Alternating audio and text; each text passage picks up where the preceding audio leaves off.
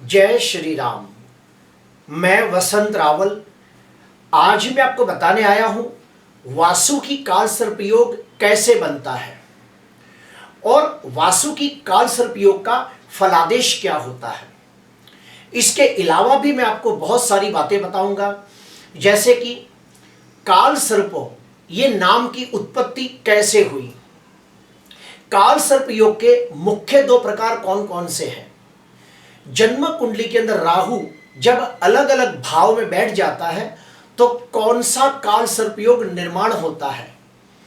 उसके बाद मैं आपको बताऊंगा काल सर्पयोग भंग के 5 महत्व के सूत्र, और आखिरी में मैं आपको बताऊंगा कि अगर किसी व्यक्ति की जन्म कुंडली के अंदर काल सर्पयोग की वजह से बहुत तकलीफें आती हो तो उसे कौन से उपाय करने चाहिए। तो आइए सबसे पहले जानते हैं राहु मुखी काल सर्पयोग और केतु मुखी काल सर्पयोग कैसे देखा जाता है। जन्म कुंडली के अंदर ये जो राहु है इसे सांप का मुंह कहा गया है और सांप के मुंह में जहर होता है, और केतु को सांप की पूंछ माना गया है जिसमें जहर नहीं होता है। अभी हम आते हैं वासु की काल सर्पयोग के बारे में। अगर किसी व्यक्ति की जन्म कुंडली के अंदर राहु तीसरे भाव में हो और केतु नवम भाव में हो और उसकी कुंडली के अंदर नवम भाव से लेके तीसरे भाव के दरमियान सारे ग्रह आ जाते हो तो उसे हम कहते हैं राहु मुखी काल सर्पयोग। ठीक उसके विपरीत जाते हैं, अगर किसी व्यक्ति की जन्म कुंडली के अंदर तीसरे भाव से लेके नवम भाव के दरमियान सारे ग्रह आ जाते हैं तो उसे हम कहते हैं केतु मुखी काल सर्पयोग। ऐसा क्यों, तो सुनिए। शास्त्रों में कहा गया है कि जो राहु है ये सांप का मुंह है और केतु है सांप की पूंछ है। अभी जितने भी ग्रह है यानी कि सूर्य, चंद्र, मंगल, बुध, गुरु, शुक्र, शनि, ये सारे ग्रह एंटी क्लॉकवाइज घूमते हैं। फिर से कहूंगा, जितने भी 7 ग्रह है वो एंटी क्लॉकवाइज घूमते हैं और जो राहु केतु है ये क्लॉकवाइज घूमते हैं, यानी कि इस प्रकार से घूमते हैं। तो राहु जब इस तरफ जाएगा तो उसका मुंह भी इसी तरफ होगा, और ये सारे ग्रह सूर्य, चंद्र, मंगल, बुध, गुरु, शुक्र, शनि ये इस तरफ आगे बढ़ते बढ़ते राहु के मुख में जाएंगे। इसीलिए जब सारे ग्रह इस तरफ से जाएंगे तो राहु मुखी काल सर्पयोग कहा जाएगा, और सारे ग्रह तीसरे भाव से लेकर नवम भाव में आएंगे तो उसे केतु मुखी काल सर्पयोग कहा जाएगा। लेकिन वो ज्यादा खराब फल नहीं देगा बल्कि अच्छा फल देगा। क्यों? क्योंकि वो केतु के तरफ आगे बढ़ रहे हैं और केतु है सांप की पूंछ जिसमें जहर नहीं होता। अभी हम लोग जानेंगे कि अगर किसी व्यक्ति की जन्म कुंडली के अंदर वासु की काल सर्पयोग बनता हो तो उसका फलादेश क्या होगा। तो उसके लिए सबसे पहले हमें तीसरे भाव को समझना होगा। तीसरे भाव से क्या क्या देखा जाता है। तीसरे भाव से देखा जाता है कि व्यक्ति कितना मेहनतू, साहसिक, पराक्रमी होगा, कितना वीर, शूरवीर होगा, वो अपने काम और अपनी जिम्मेदारियों के प्रति कितना ईमानदार, वफादार, नीतिवान होगा, उसके छोटे भाई बहनों का सुख कैसा होगा, छोटी मोटी यात्राओं से लाभ होगा या नहीं, उसके अड़ोसी पड़ोसी सगा संबंधी कैसे होंगे, उसका कौन सी चीजों में इंटरेस्ट होगा, ये सारी बातें तीसरे भाव से देखी जाती है। अगर मान लो किसी व्यक्ति की जन्म कुंडली के अंदर वासु की काल सर्पयोग बनता हो, उसमें भी राहु मुखी काल सर्पयोग बनता हो, तो ऐसे व्यक्ति बहुत मेहनत करने के बावजूद वो उन्नति, प्रगति, विकास नहीं कर पाते जिसके वो हकदार होते हैं। ऐसे व्यक्तियों को हर काम के अंदर बहुत सारे विघ्न, अड़चने, रुकावटें और तकलीफें आती है। इनका भाग्योदय 45 साल के बाद होता है। ऐसे व्यक्तियों का अपने छोटे भाई बहनों के साथ हमेशा मतभेद, टकराव, खिटपिट होता रहता है। ऐसे व्यक्ति जब भी पूजा पाठ, होम हवन, दान पुण्य, यात्रा, तीर्थ यात्रा जैसे धार्मिक आध्यात्मिक कार्य करने जाए तो उसमें बहुत सारे विघ्न आते हैं। ऐसे व्यक्तियों का अपना सगा संबंधी के साथ, अड़ोसी पड़ोसी के साथ, कुटुंबी के साथ हमेशा मतभेद, टकराव भी होता रहता है।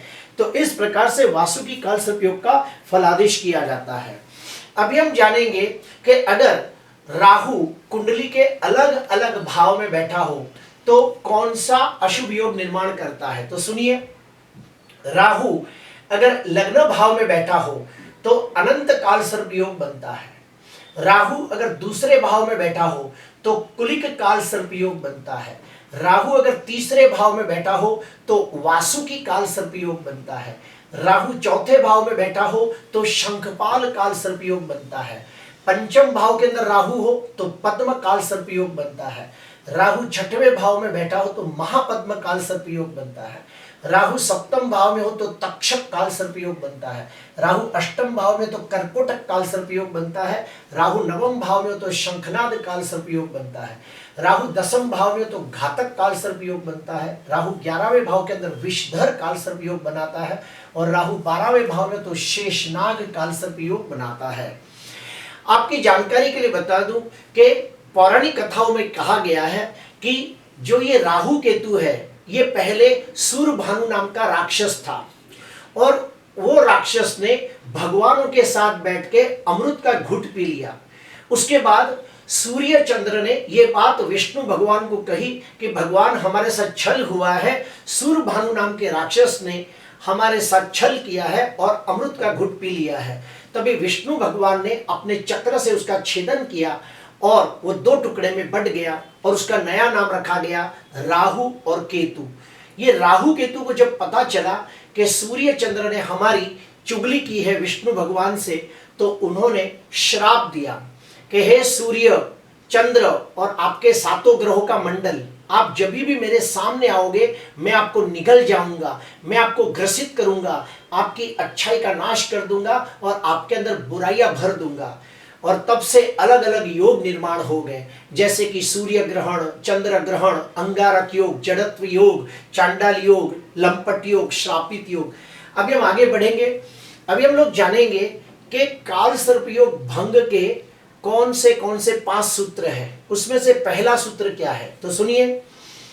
अगर किसी व्यक्ति की जन्म कुंडली के अंदर वासुकी काल सर्प योग निर्माण होता हो या कोई भी प्रकार का काल सर्प योग निर्माण होता हो और अगर उसकी कुंडली के अंदर कम से कम 1 ग्रह या 2 ग्रह उच्च राशि में बलवान होकर बैठे हो तो काल सर्प योग भंग हो जाता है।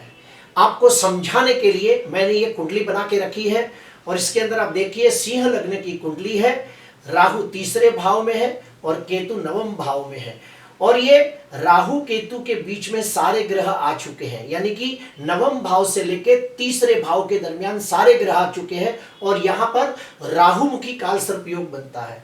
और इसके अंदर देखिए दूसरे भाव में बुध उच्च का हो रहा है, 12वें भाव में गुरु उच्च का हो रहा है, 10वें भाव में चंद्र उच्च का हो रहा है। तो नियम ये कहता है कि अगर किसी व्यक्ति की जन्म कुंडली के अंदर काल सर्प योग बनता हो और अगर उसकी कुंडली के अंदर कम से कम 1 ग्रह, ज्यादा में ज्यादा 2 ग्रह या फिर 3 ग्रह उच्च राशि में बलवान होते हो तो काल सर्प योग भंग होता है। और ऐसे व्यक्ति शून्य में से सर्जन करने वाले लोग होते हैं, जीरो में से हीरो बनने वाले लोग होते हैं।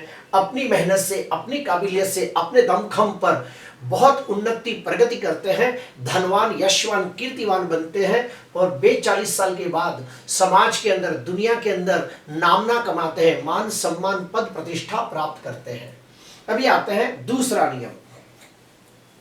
अगर किसी व्यक्ति की जन्म कुंडली के अंदर वासुकी काल सर्प योग बनता हो और सारे ग्रह नवम भाव से लेकर तीसरे भाव के दरमियान आ चुके हो, यानी कि राहुमुखी काल सर्प योग बनता हो और अगर उसकी कुंडली के अंदर कम से कम 2 या 3 ग्रह स्वगृही हो जाते हो तो भी काल सर्प योग भंग हो जाता है।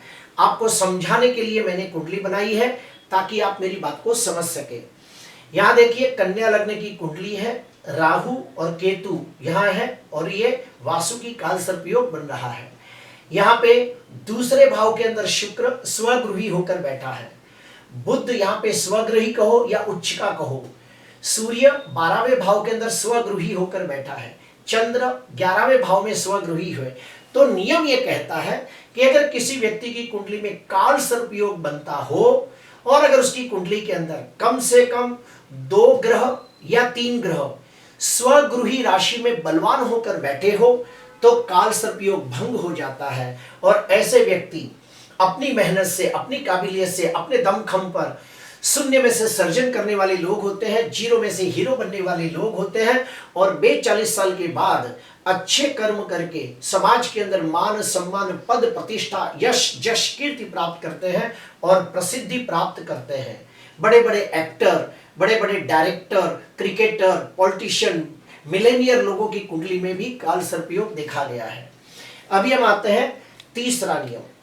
अगर किसी व्यक्ति की कुंडली के अंदर वासु की काल सर्पयोग बनता हो, अर्थात नवम भाव से लेकर तीसरे भाव के दरमियान सारे ग्रह आ जाते हो और अगर उसकी कुंडली के अंदर कम से कम 4 या 5 शुभ योगों का निर्माण होता हो तो भी काल सर्पयोग भंग हो जाता है। अभी शुभ योग यानी क्या होते हैं तो सुनिए, आपको समझाने के लिए ये सब बनाया है। हाँ, जैसे कि सूर्य बुध अगर एक साथ बैठे हो तो बुध आदित्य योग बनता है।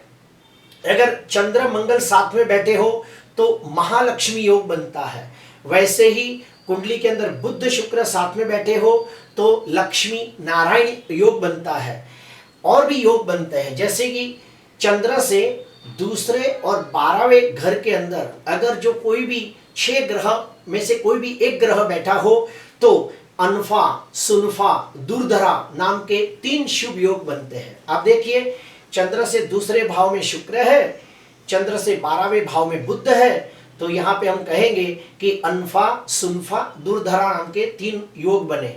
ठीक उसी प्रकार अगर सूर्य से दूसरे भाव में और 12वें भाव के अंदर कोई भी 6 ग्रहों में से एक ग्रह बैठा हो तो हम कहेंगे वेशी, वाशी, उभयचरी नाम के 3 योग बन रहे हैं। ऐसे बहुत सारे योग बनते हैं। काफी बार ऐसा भी होता है परिवर्तन योग बनता है, यानी कि 2 भाव के स्वामी एक दूसरे के भाव में बैठे हो, यानी कि ये भाव का मालिक इधर बैठा हो, इसका मालिक इधर बैठा हो, तो इसे हम परिवर्तन योग कहते हैं। अगर ऐसा भी होता है कि काफी बार विपरीत राजयोग भी बनता है काल सर्पयोग कुंडलियों में, तो विपरीत राजयोग बनता हो, परिवर्तन योग बनता हो, बुध आदित्य योग, महालक्ष्मी योग, गज केसरी योग। अगर मान लो किसी की कुंडली के अंदर चंद्र और गुरु साथ में हो तो गज केसरी योग बनता है। तो ऐसे बहुत सारे योग बनते हैं। तो अगर कुंडली के अंदर नियम ये कहता है कि अगर किसी व्यक्ति की जन्म कुंडली के अंदर काल सर्पयोग बनता हो और अगर उसकी कुंडली के अंदर कम से कम 4 या 5 शुभ योग, राजयोग निर्माण होते हो तो भी काल सर्पयोग भंग हो जाता है। और ऐसे व्यक्ति अपनी मेहनत से, अपनी काबिलियत से, अपने दमखम पर शून्य में से सर्जन करने वाले लोग होते हैं, जीरो में से हीरो बनने वाले लोग होते हैं और अपने अच्छे कर्मों के वजह से कोई कार्य के अंदर निपुणता प्राप्त करके समाज में मान सम्मान पद प्रतिष्ठा की प्राप्ति करते हैं और प्रसिद्ध व्यक्ति बनते हैं, धनवान, यशवान, कीर्तिवान बनते हैं। अभी आते हैं चौथा नियम। अगर किसी व्यक्ति की जन्म कुंडली के अंदर वासु की काल सर्पयोग बनता हो और अगर उसकी कुंडली के अंदर कोई भी एक ग्रह बाहर निकल जाए, जैसे कि मान लो यहाँ पे देखो बुध राहु केतु से बाहर निकल गया है, ऐसे मान लो यहाँ पे चंद्र आ जाए तो हम कहेंगे कि काल सर्पयोग भंग हो जाता है। काफी लोग ये कहते हैं कि काल सर्पयोग में से एक ग्रह बाहर निकल गया तो वो आंशिक काल सर्पयोग कहलाता है। ये टोटली बात गलत है। अगर राहु और केतु की पकड़ से अगर कोई ग्रह बाहर निकल जाए तो फिर काल सर्पयोग भंग हो जाता है और उसे दोष नहीं माना जा सकता, उसकी पूजा करने की भी आवश्यकता नहीं होती। अभी और एक नियम है कि अगर मान लो जन्म कुंडली के अंदर वासु की काल सर्पयोग बनता हो और राहु के ऊपर कुंडली के कम से कम 3 ग्रहों की दृष्टि पड़ती हो, फिर से कहूंगा, राहु ग्रह के ऊपर अगर कम से कम 3 ग्रहों की बलवान दृष्टि पड़ती हो तो भी काल सर्पयोग भंग हो जाता है। आपको समझाने के लिए कुंडली बनाई है। जैसे कि आप देखिए, शनि लग्न भाव में बैठा है और अपनी तीसरी दृष्टि से राहु को देख रहा है। मंगल 12वें भाव के अंदर बैठा है और अपनी चौथी दृष्टि से राहु को देख रहा है। गुरु 9वें भाव में बैठा है और अपनी पंचम दृष्टि से राहु को देख रहा है।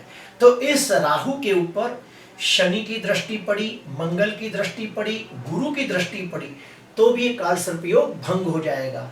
जैसे कि आप सभी को पता है कि शनि की 3 दृष्टियां होती है, तीसरी, 7वीं, 10वीं दृष्टि। मंगल की 3 दृष्टियां होती है, चौथी, 7वीं, 8वीं। गुरु की 3 दृष्टियां होती है, 5वीं, 7वीं, 9वीं। अगर ऐसी कोई भी दृष्टि राहु के ऊपर पड़ती हो, 3 ग्रहों की दृष्टि राहु पे पड़ती हो, तो काल सर्पयोग भंग हो जाता है। अभी आते हैं आखिरी नियम। अगर मान लो काफी बार ऐसा होता है कि राहु के साथ ही कोई ग्रह बैठ गया हो, तो उसमें देखना होता है कि राहु की डिग्री अगर कम हो और दूसरे ग्रह की, यानी उसके साथ जो ग्रह बैठा है, अगर उसकी डिग्री ज्यादा हो, तो समझ जाना काल सर्पयोग भंग हो रहा है। क्यों? क्योंकि राहु इस तरफ जा रहा है, राहु इस तरफ जा रहा है और यहाँ पे 60 डिग्री का है, जबकि मंगल 29 डिग्री का है। तो उसने राहु को ओवरटेक कर लिया है, राहु को पार करके वो आगे निकल चुका है। तो राहु की डिग्री कम हो और उसके साथ जो ग्रह बैठा हो, अगर उसकी डिग्री ज्यादा हो, तो समझ जाना काल सर्पयोग भंग हो रहा है। तो इस प्रकार से ये सारे नियमों को देखा जाता है और इन नियमों को देखने के बाद हमें पता चलता है। प्रिय दर्शकों, अभी हम लोग जानेंगे कि अगर किसी व्यक्ति की जन्म कुंडली के अंदर वासुकी काल सर्पयोग बन रहा हो या कोई भी काल सर्पयोग बनता हो, तो उसके उपाय कौन से करें। तो उसके अलग अलग उपाय बताता हूं। सबसे पहला उपाय, साल में एक बार नाग पंचमी आती है। दूसरी तरह से कहूं तो हर महीने की शुक्ल पक्ष की जो पंचमी आती है, अगर उस दिन उपवास किया जाए और किसी नाग के मंदिर के अंदर माथा टेका जाए, तो जो भी काल सर्प दोष है उसका दुष्प्रभाव कम हो जाता है। दूसरा उपाय, सोमवार के दिन शिव मंदिर में जाके किसी विद्वान कर्मकांडी ब्राह्मण के हाथों से शिव जी का रुद्राभिषेक कराया जाए, तो भी काल सर्पयोग का दुष्प्रभाव कम हो जाता है। तीसरा उपाय, चांदी का नाग और नागिन का जोड़ा बनाया जाए और ये सोमवार के दिन किसी विद्वान ब्राह्मण के हस्तक से पूजा पाठ विधि विधान करके उसे शिवलिंग के ऊपर अर्पण करना चाहिए। चौथा उपाय, महामृत्युंजय के 1.25 लाख मंत्र जाप करने चाहिए और फिर उसका दशांश होम तर्पण मार्जन करना चाहिए, तो भी काल सर्पयोग का दुष्प्रभाव कम होता है। काफी बार ऐसा भी हम कह सकते हैं कि कोई भी रास्ते पे नाग दिखे तो उसे तकलीफ नहीं देना चाहिए, यथाशक्ति उसकी मदद करनी चाहिए, उसे रास्ता खोल के देना चाहिए ताकि वो जाए, उसे कष्ट नहीं देना चाहिए।